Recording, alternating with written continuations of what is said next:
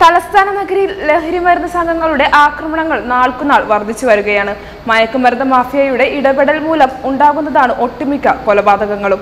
പറഞ്ഞു തീർക്കാൻ കഴിയുന്ന നിസ്സാര കാര്യങ്ങൾ പോലും ചെന്ന് കലാശിക്കുന്നത് കൊലപാതകങ്ങളിലേക്കാണ്. ഇതെല്ലാം വരുത്തിവെക്കുന്നത് ലഹരിമരുന്നിന്റെ അമിത ഉപയോഗവും. ലഹരിമരുന്നിന് അടിമപ്പെട്ട് അക്രമങ്ങൾ നടത്തുന്നവരുടെ കണക്കുകൾ പരിശോധിച്ചാൽ അതിൽ ഭൂരിപക്ഷവും 19-നും 25-നും ഇടയിലുള്ളവരാണ് എന്നത് ശ്രദ്ധേയമാണ്.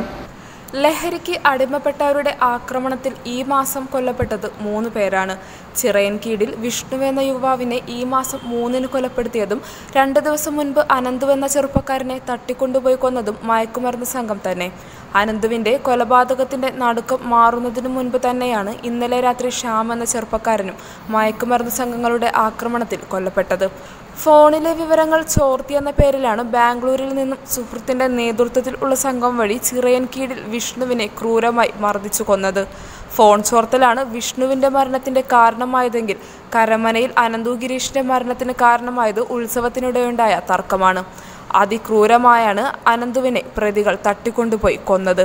അനന്തുവിന്റെ കൊലപാതകം നടന്ന് 2 ദിവസം പിന്നിടുമ്പോഴാണ് തലസ്ഥാന നഗരിയിൽ തന്നെ ശ്യാം എന്ന ചെറുപ്പക്കാരനും കൊല്ലപ്പെട്ടത്.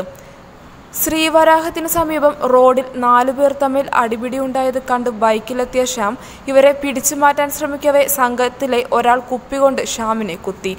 ഏറ്റുമുട്ടലിൽ ശ്രീവരാഹം സ്വദേശി രഞ്ജിത്തിനും സമീപവാസിയായ മറ്റൊരാൾക്കും പരിക്കേറ്റു. ഇവരെ മെഡിക്കൽ കോളേജിൽ പ്രവേശിപ്പിച്ചു. ഇവരുടെ നില ഗുരുതരമല്ല. അതേസമയം ലഹരി വിൽപ്പന സംഘത്തിൽപ്പെട്ടവരാണ് ആക്രമണത്തിന് പിന്നിലെന്നാണ് പോലീസിന്റെ സംശയം. സംഭവത്തിൽപ്പെട്ട 2 പേരെ പോലീസ് കസ്റ്റഡിയിലെടുക്കുകയും ചെയ്തിട്ടുണ്ട്. എന്നാൽ ആക്രമിച്ച ആൾ സംഭവസ്ഥലത്ത് നിന്ന് ഓടി രക്ഷപ്പെടുകയും ചെയ്തു. മയക്കുമരുന്ന് സംഘങ്ങളുടെ വിളയാട്ടം തലസ്ഥാനത്ത് വർദ്ധിക്കുമ്പോഴും ഇതിൽ ഒരു നടപടിയും കാര്യമായി ഉണ്ടാകുന്നില്ല എന്നതാണ് സത്യം. കഴിഞ്ഞ 6 മാസത്തിനിടെ നഗരത്തിൽ നിന്നും പോലീസ് മാത്രം പിടിച്ചത് 291 കിലോ കഞ്ചാവും 57 കിലോ ഹാഷിഷ് ഓയിലുമാണ്. എന്നാൽ വല്ലപ്പോഴുമുള്ള ഇതുപോലെയുള്ള ലഹരിവേട്ടയൊന്നുമല്ലാതെ മാഫിയ സംഘത്തിന്റെ വേരു കണ്ടെത്താനോ വിതരണ സംഘടനയിലെ പ്രധാന കണ്ണികളെ തൊടാനോ ഇതുവരെ കഴിഞ്ഞിട്ടില്ല. 2013-ന് മുമ്പ് വരെ കേരളത്തിൽ ആകെ രജിസ്റ്റർ ചെയ്യുന്ന മയക്കുമരുന്ന് കേസുകൾ 1000-ൽ താഴെയായിരുന്നു. എന്നാൽ 2015-ൽ പോലീസ് മാത്രം 4105 കേസ് രജിസ്റ്റർ ചെയ്തു. എക്സൈസ് 1430 കേസും രജിസ്റ്റർ ചെയ്തു. കേരളത്തിലെത്തുന്ന മയക്കുമരുന്നിന്റെ 5-ൽ 1 പോലും പിടിക്കപ്പെടുന്നില്ലെന്ന് എക്സൈസും പോലീസും സമ്മതിക്കുമ്പോഴാണ് ഇതിന്റെ വ്യാപ്തി മനസ്സിലാകുക. എന്നാൽ ലഹരിമരുന്ന് സംഘം കൂടുതലായി ലക്ഷ്യമിടുന്നത് വിദ്യാർത്ഥികളെയും ചെറുപ്പക്കാരെയും മാത്രമാണ്.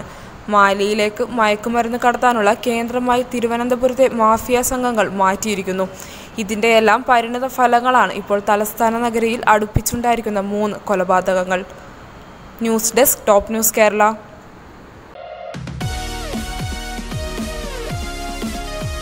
വാർത്തകൾ ഉടനടി അറിയാൻ top news Kerala YouTube channel subscribe ചെയ്ത് ബെല്ലൈക്കൺ അമർത്തി ലൈക്ക് ചെയ്ത് ഷെയർ ചെയ്യുക.